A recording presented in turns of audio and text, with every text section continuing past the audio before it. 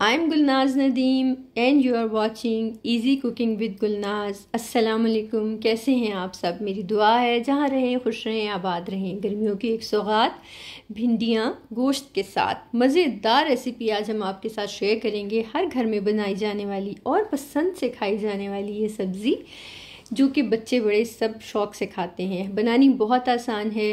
मैंने यहाँ पे एक कप ऑयल लिया है जिसके अंदर सबसे पहले हम प्याज डालेंगे और इसको हम अच्छे से ऑयल के साथ स्मोक अप कर लेंगे, क्योंकि हमने इसके अंदर बाद में मटन ऐड करना है। मैं यहाँ पे 1.5 kg मटन यूज़ कर रही हूँ एंड 1/2 kg मैंने यहाँ पे भिंडियाँ ली हैं जो कि फ्रोज़न है। यहाँ पे फ्रेश तो ऐसे मिलना मुश्किल है, लेकिन जिस रेसिपी से आज हम आपके साथ ये बनाएंगे, जब आप अपने घर पे इसको ट्राई करेंगे तो यकीन कीजिए कि आपको बहुत मज़ा आएगा। प्याज़ों को हल्का सा गोल्डन कर लेंगे ऑयल के साथ। साथ में मैंने जिंजर गार्लिक भी ऐड किया है। यू कैन सी दैट कि ये बहुत जल्दी स्मोकअप हो रहा है। हमेशा इस बात का ख्याल रखिएगा कि आप अगर तो फ्लेम वाले स्टोव पे यानी कि आग के चूल्हे को इस्तेमाल कर रहे हैं तो उसका टाइमिंग पीरियड कुछ अलग होता है, और यहाँ पे जैसे मैं इलेक्ट्रिक स्टोव यूज़ कर रही हूँ इसका टाइमिंग पीरियड कुछ अलग होता है। मैंने यहाँ पे 1.5 kg मटन ऐड किया है विद बोन्स। आप अपनी पसंद से बीफ में भी बना सकते हैं। जिस चीज़ में भी बनाएंगे इस रेसिपी को सेम फॉलो कीजिएगा, आपको बहुत मज़ा आएगा। गोश्त को अच्छी तरह से भून लेते हैं ताकि इसकी सारी स्मेल जो है वो ख़त्म हो जाए प्याज़ों के साथ और अदरक लहसुन के साथ। अब इसके अंदर हम ऐड करते हैं ड्राई स्पाइसेस ऐड करते हैं। सॉल्ट एंड पेपर आप ऐड टू टेस्ट कर सकते हैं। वैसे मैंने 1/2 टीस्पून इसके अंदर कश्मीरी लाल मिर्च ली है, 1/2 टीस्पून हल्दी है, 1 टेबलस्पून सूखा धनिया पाउडर है एंड 1 टीस्पून इसके अंदर मैंने साबुत ज़ीरा ऐड किया है। अच्छी तरह से इन मसालों की भुनाई कर लेते हैं ताकि इनका कच्चापन दूर हो जाए। थोड़ा सा पानी ऐड करते हैं ताकि इसका अरोमा एंड टेस्ट जो है वो डेवलप हो जाए। मैं हमेशा इसके अंदर गर्म पानी इस्तेमाल करती हूँ ताकि कुकिंग प्रोसेस जो है वो स्टॉप ना हो। अगर आप मेरी इस टिप को अपने खाने के अंदर इस्तेमाल करते हैं तो मुझे ज़रूर बताइएगा, इससे आपको बहुत फ़ायदा होगा। अगर आप मीट स्पेशली पका रहे हैं तो कभी भी ठंडा पानी ऐड मत कीजिएगा, उससे उसकी जो क्वालिटी है वो डाउन हो जाती है। मैंने इसमें 2 बड़े साइज़ के टमाटर ऐड किए हैं, साथ में कुछ होल स्पाइसेस ऐड करते हैं। आप ये whole spices add to taste कर सकते हैं। मैंने थोड़े से लौंग, बड़ी इलायची और काली इलायची जो है, काली मिर्च जो है वो ऐड की है। थोड़ा पानी डालते हैं गोश्त को गलाने के लिए। आप जब भी बनाइएगा आप अपनी क्वांटिटी और क्वालिटी के हिसाब से मीट की पानी ऐड कीजिएगा।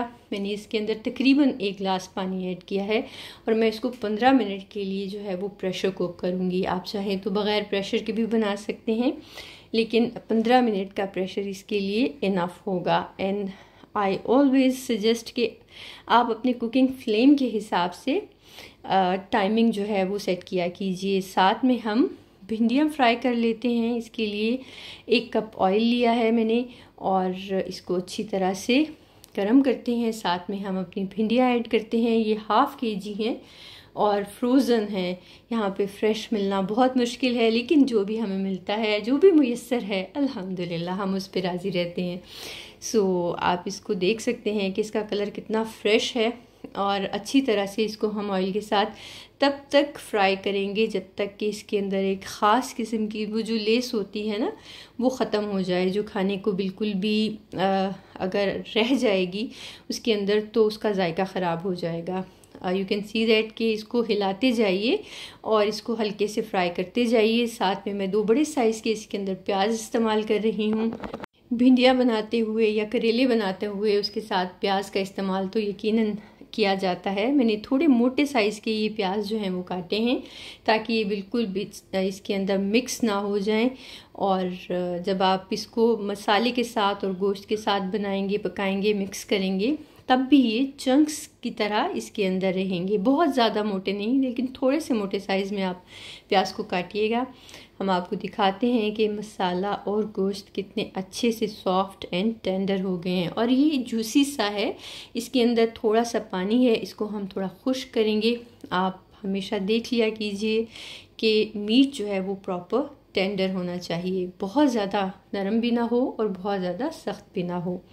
और इसी फॉर्म में आप इसको चेक कर सकते हैं कि कितनी अच्छी तरह से परफेक्ट टाइमिंग के अंदर कुक हो गया है।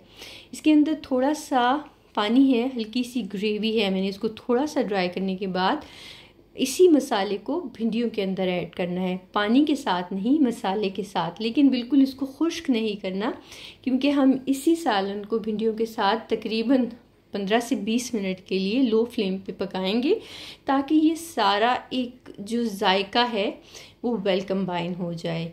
और यू कैन सी दैट कि हमारी भिंडियाँ बिल्कुल टूटी भी नहीं हैं और मिक्स भी नहीं हुई हैं। ये बिल्कुल इन्होंने अपनी शेप जो है वो प्रॉपर होल्ड की हुई है। मैंने 90% तक इसको कुक किया है। अब हम इस मसाले, गोश्त को, भिंडियों को अच्छी तरह से मिक्स करते हैं। वेरी लो फ्लेम पे 15 से 20 मिनट के लिए मैं इसको पकने के लिए छोड़ दूंगी। साथ में मैंने इसको थोड़ा सा हरा धनिया ऐड किया है, आप अपनी पसंद के मुताबिक डाल सकते हैं। और you can see that how looks nice is it. और वेरी लो फ्लेम हम इसको पकने के लिए 10 से 15 मिनट के लिए छोड़ देंगे। 15 मिनट के बाद यू कैन सी दैट कि ये सारा मसाला भी खुश्क हो गया है, भिंडियों के साथ जो है वो लिपट गया है, ताकि हमें हर बाइट में इसको खाने का मज़ा आए। गोश्त को हमने इसीलिए शुरू में बहुत अच्छी तरह से भूना था, ताकि उसके अंदर किसी किस्म की कोई स्मेल ना रहे। जब इसका ऑयल प्रॉपर जो है वो निकल आए और बिल्कुल पानी ड्राई हो जाए, you can see that the oil bubbles are there, so समझें कि आपका खाना तैयार है। आई एम वेरी श्योर कि आपने हमारा चैनल सब्सक्राइब कर लिया होगा। अगर तो आप हमारे चैनल पे नए हैं, please subscribe it, share this with your friends and family members. आपको हमारे साथ बहुत मज़ेदार किस्म की रेसिपीज़ देखने का और बनाने का मौका मिलेगा। Serving time is there. रोटी के साथ या पराठे के साथ इसको सर्व कीजिए। स्पेशली अगर आप तंदूरी रोटी के साथ इसको सर्व करेंगे तो इसका खाने का मज़ा जो है वो दुबाला हो जाएगा। और ख्याल रखिए अपने प्यारों का, जिनका ख्याल रखना हम पे फ़र्ज़ है। हमारे चैनल को सब्सक्राइब कीजिए, शेयर कीजिए एंड अपना फीडबैक ज़रूर दीजिए। मिलते हैं एक नई रेसिपी के साथ, तब तक के लिए रब राखा।